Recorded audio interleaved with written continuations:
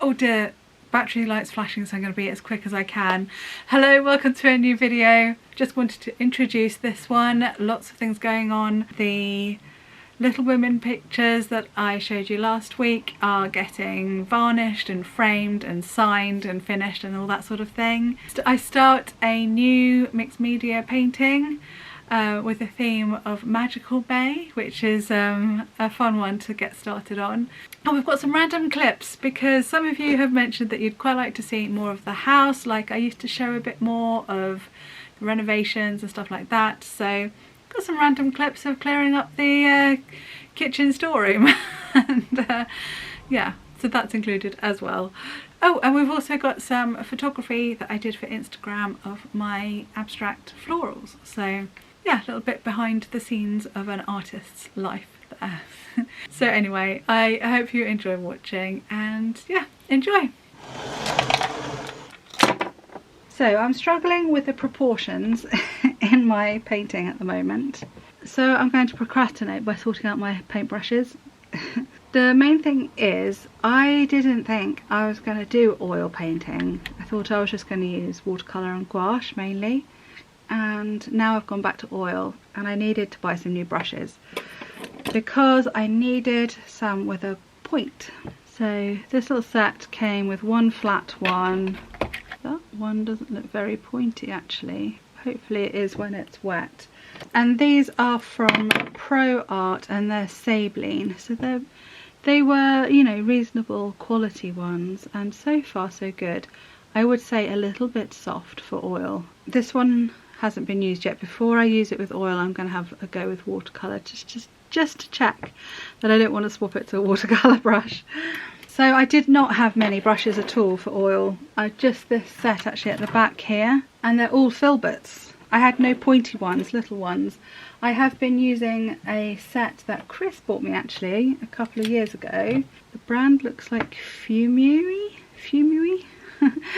And they were actually meant for precision brushes, but I didn't find them good enough quality, I'll be honest with you, for getting those fine details. The bristles just kept splaying, so they weren't a lot of good for those details. So I've relegated these. These are going to become oil brushes, and basically I'm going to swap stuff around.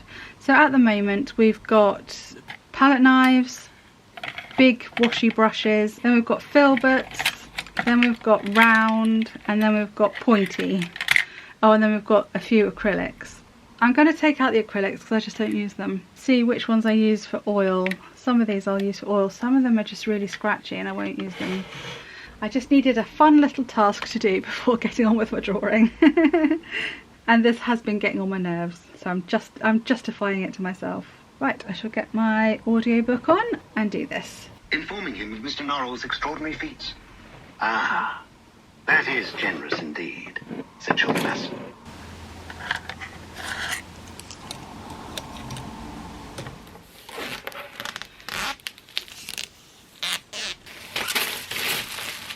Okay, I have sketched out the dancers and I've done my little very rough drawing of my lights and my darks and my colours that I've got in mind, and so that's going to guide me without needing to draw on here, because I do sometimes find that some of my light areas I can see the pencil through and I'm torn. I quite like seeing the pencil through personally.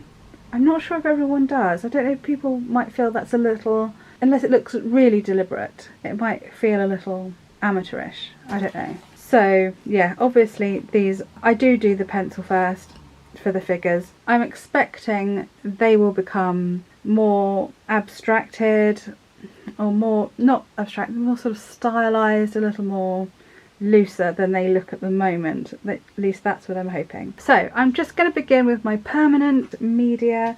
So I've got two greens ready of my Bombay ink, grass green and just green. This is a much bluer green, so I'm going to pop that in the background and the grass green in the foreground, and my Inktense blocks, which I'll do some scribbles which might show through in the end, or they might not. And I've also got some alcohol inks at the ready, but I've got a feeling these are not going to be used just yet. I I think after this permanent layer goes on my next water soluble layer, and I think that's when I'll pop in the alcohol inks. Big soft brush at the ready to swipe it all over. Let's go.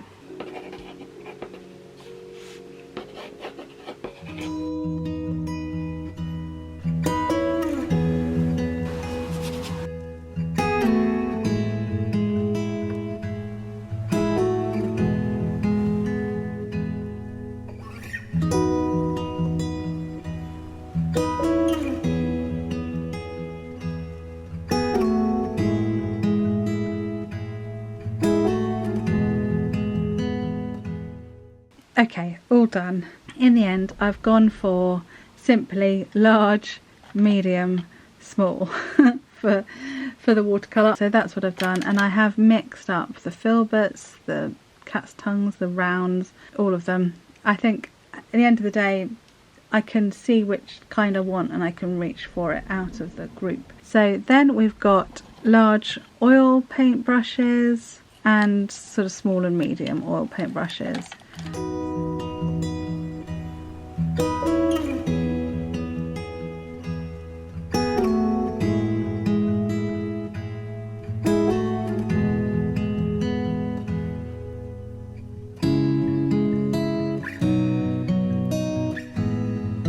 I've always felt that May is a magical month, and the 1st of May is a good time to go fairy spotting as well. But when I was a child, I read a book called The Secret World of Polly Flint by Helen Cresswell, and in that book there's a magical maypole that can transport you through time if you do the right dance and weave the right spell. And so that was the inspiration for this painting. I need to try and keep my body in front of the window, otherwise that happens and the contrast confuses my camera too much. So I've got all my pictures ready and I'm about to write my signature on all of them. Honestly, I was this close yesterday to spray varnishing these, and it was only because my test subject, painting I experimented with, because I've only ever varnished paper that's been already glued to board before. I've never just varnished paper. So I thought I'd better do a test piece, and that was blowing around the garden nicely when I went to check on it. And it was only because of that I didn't varnish these. I thought actually I'll wait for either a still day or a time when I can shut the animals out of the kitchen and have the door open and do it in the kitchen. Right, I'll stop waffling on. Gosh, I do waffle still. After all these years you'd think I'd learned how to get things concise. So I'm going to use pens for this one. I'm not going to use paint. So I've got the Derwent Graphic and what are the other ones? The Derwent paint pens. They're all light fast and permanent. So, and I've got a good choice of colours to sort of blend in because I like my signature to not stand out too much.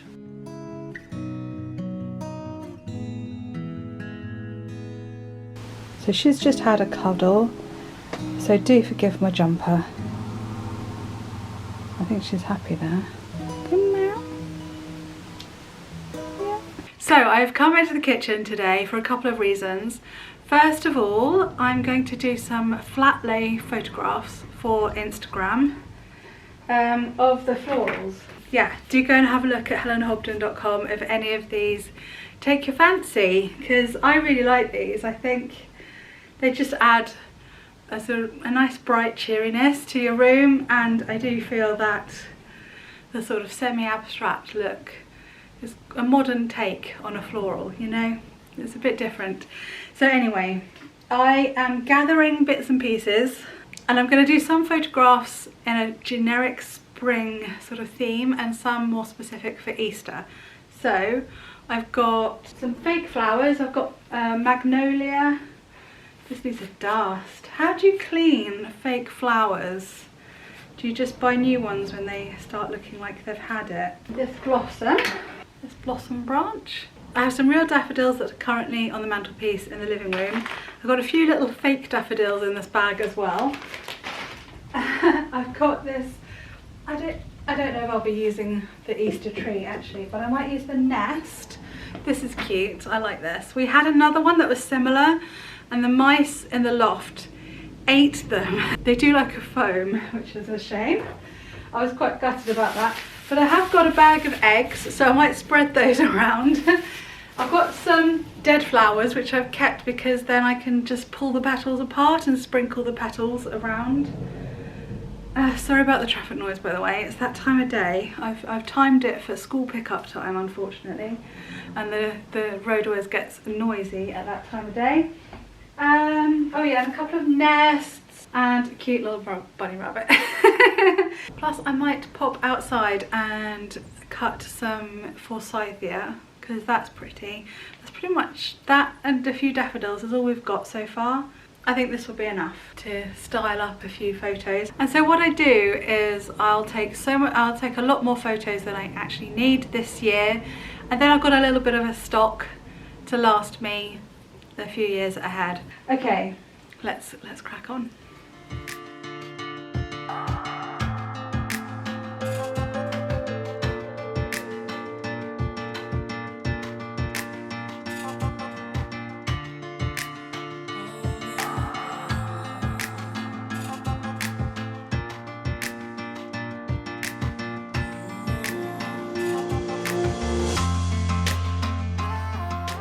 So the second thing I was going to do today was actually varnish those Little Women paintings, clear the table. But honestly, I'm running out of day. Sorry about the panting noise in the background from the dog. I'm running out of day, and tomorrow Chris is going to be here, so he can look after Merlin. I can shut the cats in my study, and then I can have the door wide open while I varnish, because ideally I'd do it outside. It's just it's too windy, it really is. So I'm going to actually postpone that task till tomorrow, which gives me a little bit of time now to pack all this away. Oh dear. So I'm afraid the battery ran out a couple of days ago and I've just forgotten. I've just been sort of lost in it a little bit. I've forgotten to record again. So I'm afraid quite a lot has happened, but I'm guessing it doesn't really show because I've spent so much time on these tiny little faces. I have really struggled with it, and some, like, I've completely wiped out I don't know, at least 4 or 5 of these faces and done them over and over to make sure I was happy with them. Yeah, they were a bit of a struggle. Lesson learned: next time I do tiny faces, I shall do them in pen first, so I've got more of a guideline other than the pencil, which gets lost quite quickly underneath the oil paint. So yes, this isn't completely finished because I still want that oh, I haven't got, oh yes I have. So I still want to add, like I did with all my Little Women paintings, these brush strokes here. It sort of gives a little bit of life and a bit of movement, and yeah, I want to add some more of that. But before I do that, I will go in with some oil paint and get some more of these dark shadows that are difficult to get with watercolour. So that's my next plan. I am waiting for the green on their hair garlands to dry a little, and then I shall add daisies in their hair. Oh, I need to go in and do some green up here. I wanted some greenery on this bit. And then it's working on the background, which hopefully won't take too long, because that's going to be some big brush strokes. This, I don't need details here.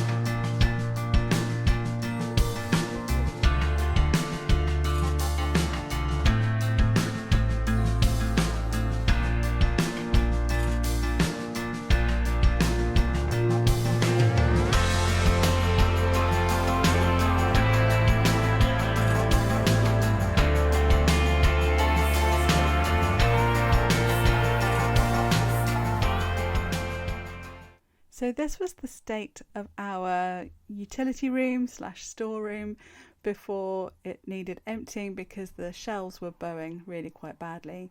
And then this is the next day when the contents was now all in the kitchen and dining room area. It was a lot of work and a major decluttering operation began.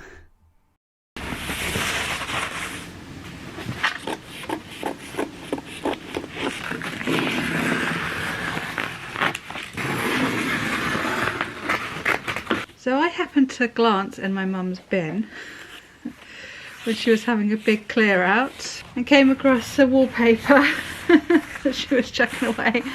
So I rescued the wallpaper. I think I've got one more corner. Yeah, one more corner to cut. And this attractive design, I actually really like it. It's just quite busy, isn't it? Was our old kitchen wallpaper back in the day, and I kept it. I took it home. I rescued it from the bin. Hello, Merlin. And I thought it would be a good idea to use it as a reminder, as a bit of nostalgia in my storeroom on the shelves. See, waste not, want not. This is why you can't throw anything away. Annoyingly, I've only got enough for 3 shelves. I've also got this bit, which was my template actually, which I cut round one of the shelves while Chris had it down yesterday. I think this used to be their hallway. It's now painted, so I can use that as well. Merlin! I'm busy. Don't tread on it. Oh dear. So, well, my lunch is ready now. That's what Merlin is telling me. And I'll carry on after lunch. So the shelves are empty and ready to fill. Well, I've started bringing a couple of things in. I forgot to film first. So on the shelves we've got my parents' old kitchen, my parents' old hallway, my nan's living room, and then this is paper I bought for out in the kitchen that I haven't used. I don't think I want to use it there anymore. So there we are, all the shelves have now got paper on them. The old paper went well and truly in the bin. And yeah, particularly there's a lot of stuff we store at the back here that is taking up a lot of space out here. Yeah, lots to start taking back now. Though I have to say it's not completely decluttered yet. I haven't been through this bottom part of this unit. I haven't been around the dog treat area, which probably needs some cleaning up. And I won't show you the windowsill because that's a disgrace. On top of the washing machines isn't too bad. It just needs a bit more sorting because that was done fairly recently. So there we are. I hope you enjoyed it, and if you did, please give the video a thumbs up. Please share the link with your friends. I would really appreciate it. And if you haven't already, please do subscribe. I'd love to see you back here again. And if you're feeling really kind to me, maybe that bell notification button as well so you don't miss a video. Well, I won't waffle on at the end. I just hope you are all very well, and do take care, and I will see you again for the next one. Bye.